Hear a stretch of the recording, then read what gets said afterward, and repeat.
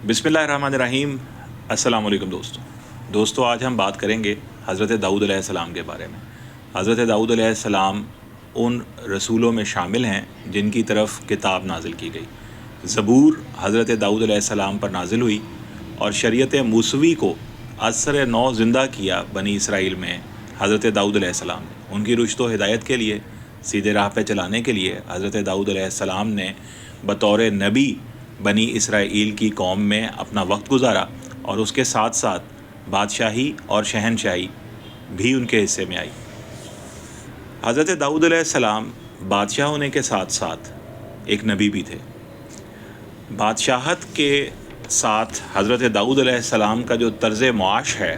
वो बहुत अहम है हम लोगों के लिए कि हम उसे समझें। हज़रत दाऊद अलैहिस्सलाम को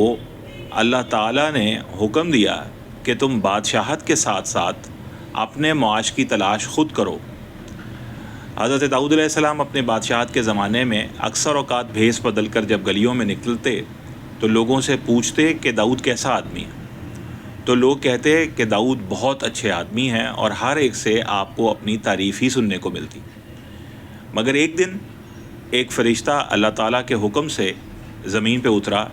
उसने इंसानी शक्ल को इख्तियार किया और दाऊद अलैहिस्सलाम जिस रास्ते से गुज़र रहे थे उसी रास्ते पे उस फ़रिश्ते ने दाऊद अलैहिस्सलाम से मुलाकात की। दाऊद अलैहिस्सलाम ने उस शख्स से पूछा, यानी जो फ़रिश्ता शख्स की शक्ल में था, इंसान की शक्ल में था, कि दाऊद कैसा आदमी है।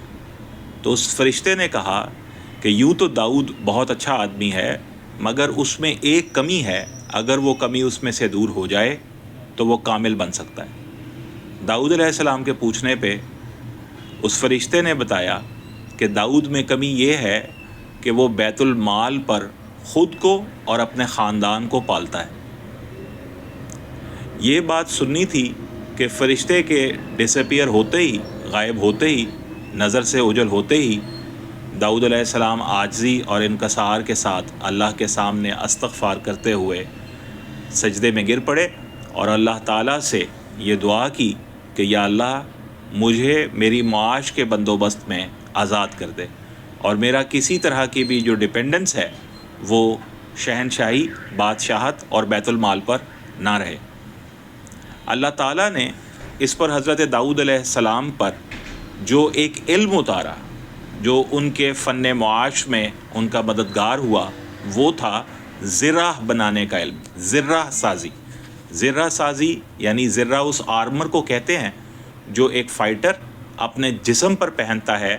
ताकि वो किसी जंग को लड़ सके। उसे हम उर्दू में ज़िर्रा कहते हैं और आपने अंग्रेज़ी में उसको आर्मर के तौर पे जानते हैं, यानी बॉडी प्रोटेक्शन के लिए। अल्लाह ताला ने ये इल्म हज़रत दाऊद अलैहिस्सलाम को ख़ुद सिखाया। हज़रत दाऊद अलैहिस्सलाम ने ज़िर्रा के इल्म को अल्लाह से सीखा और यकीनी तौर पर जो इल्म अल्लाह से सीखा जाता है उस इल्म का फिर क्या ही कहना कि लोहा हज़रत दाऊद अलैहिस्सलाम के हाथ में मोम हो जाता। वो जिस तरफ लोहे को मोड़ना चाहते उस तरफ उसे मोड़ पाते। और ज़िर्रा के अंदर,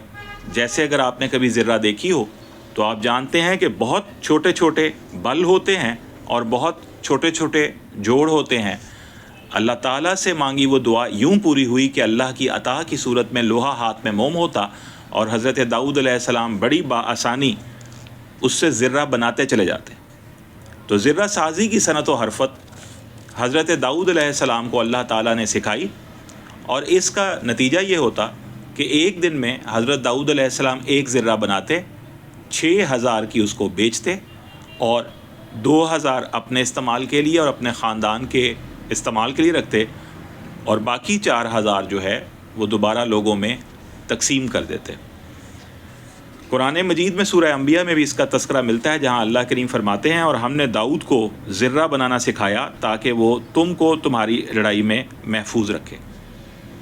रसूल अकरम सल्लल्लाहु अलैहि वसल्लम से मरवी भी एक हदीस है जिसमें आप सल्लल्लाहु अलैहि वसल्लम ने फरमाया कि हर किसी इंसान का बेहतरीन रिस्क उसके अपने हाथ से कमाया हुआ रिस्क है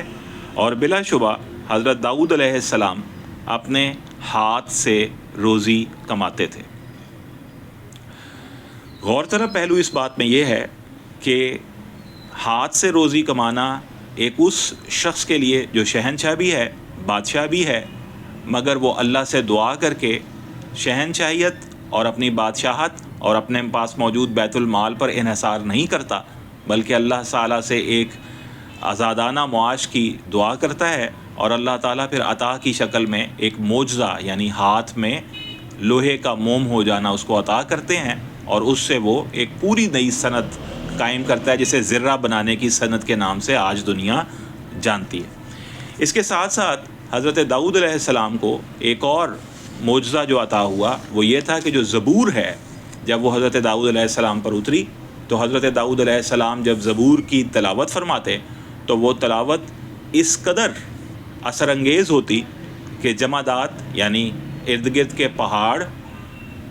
حضرت داؤد علیہ السلام کے ساتھ اسی طرح اللہ کا ذکر کرنے لگتے۔ اڑتے پرندے اور زمین پر چلتے حیوانات بھی حضرت داؤد علیہ السلام کا ساتھ دیتے اور اسی طرح سے ذکر کرتے جیسے حضرت داؤد علیہ السلام زبور کی تلاوت کر رہے ہوتے۔ یہ معجزہ اس لیے ہے کہ قرآن مجید میں جگہ جگہ یہ فرمایا گیا ہے کہ تمام مخلوقات اللہ کے نام کی تسبیح کرتی ہیں، لیکن حضرت داؤد علیہ السلام کے زمانے میں وہ تسبیح حضرت داؤد علیہ السلام دیکھتے بھی تھے، یعنی وہ پہاڑوں میں ان کی صرف اپنی آواز کی بازگشت نہیں ہوتی تھی، بلکہ وہ پہاڑوں کو خود تسبیح کرتے اپنے ساتھ دیکھتے بھی تھے۔ یعنی اس پہ آپ اگر ایک وقت میں چشم تصور میں لائیے کہ جب پہاڑ گڑ گڑاتے ہوں گے یا پہاڑوں کے اندر جو گڑ گڑاہٹ ہوتی ہوگی وہ کس نوعیت کی ہوتی ہوگی جب وہ تسبیح ہو رہی ہوتی ہوگی، جب حیوان ایک خاص آواز کو اپنے اندر پیدا کر کے نکالتے ہوں گے تو وہ تسبیح کیسی ہوگی، جب پرندے اپنی ایک خاص آواز میں کہیں سریلی اور کہیں اس سے بہت مختلف آواز نکالتے ہوئے خدا کے نام کی تسبیح پڑھتے ہوں گے،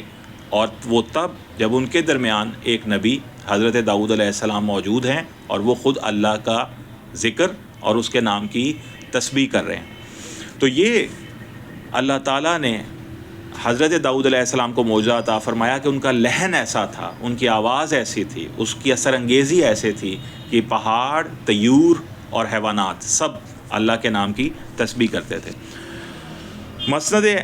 عبد الرزاق میں نبی اکرم صلی اللہ علیہ وسلم کی ایک حدیث ابو موسیٰ اشعری کے بارے میں ہے، جو کہ ایک صحابی رسول تھے، کہ ان کی تلاوت اتنی خوبصورت تھی کہ ازواج مطہرات بھی اپنے حجروں سے ان کی تلاوت سنا کرتی تھی مسجد نبوی میں جب کبھی وہ تلاوت کرتے تھے، اور رسول اللہ صلی اللہ علیہ وسلم کو ان کی تلاوت بہت پسند تھی، اور آپ فرمایا کرتے تھے نبی اکرم صلی اللہ علیہ وسلم کہ ابو موسیٰ کو اللہ تعالیٰ نے لحن داؤدی عطا فرمایا ہے۔ یعنی یہ جو لحن ہے یہ ایک مثال ہے، حضرت داؤد علیہ السلام کا لحن ایک مثال ہے۔ جب کسی شخص کو بہت خوبصورت آواز کا مالک قرار دیا جائے تو اس کو لحن داؤدی سے آج بھی مثال دی جاتی ہے۔ تو یہ ان کے چند معجزات تھے جن کا تذکرہ آج ہم نے کیا۔ اسی طرح ایک اور قسط میں حضرت داؤد علیہ السلام کو عطا ہونے والے دیگر معجزات کا ہم تذکرہ بھی کریں گے، اور حضرت داؤد علیہ السلام کی دور میں طالوت اور جالوت کی جنگ کا قرآن میں کیا تذکرہ موجود ہے، اور اس میں حضرت داؤد علیہ السلام کا